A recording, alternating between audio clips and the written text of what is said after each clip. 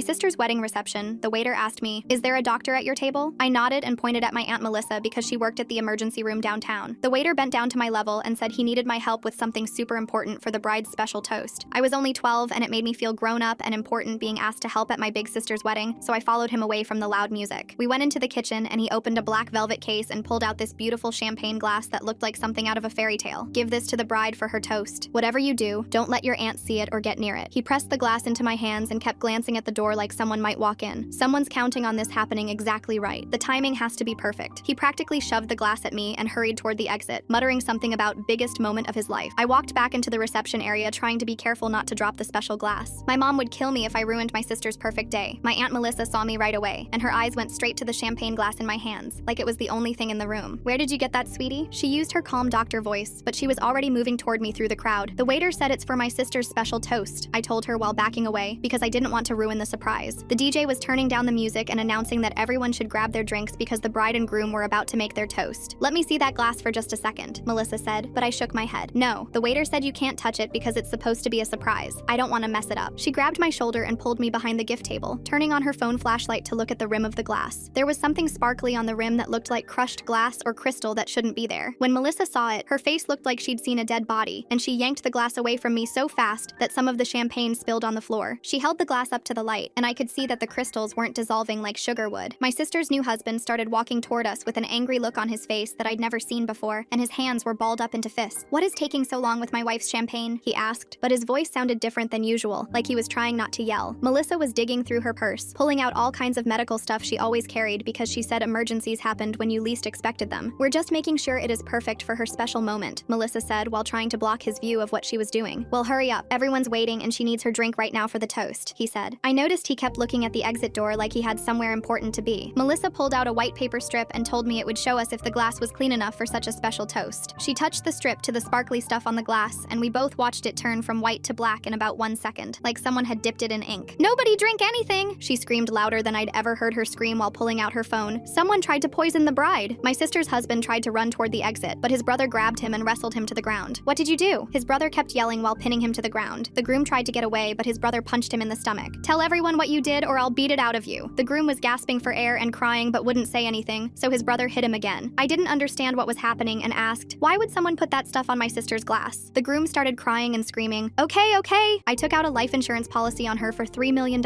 after our second date. Everyone in the room gasped and my sister fell down on the floor in her white dress that cost more than our car. "You were going to kill me for money?" she sobbed from the floor. "I've been lying about having a job for 2 years and I'm about to lose everything." The police came super fast and arrested him for attempted murder.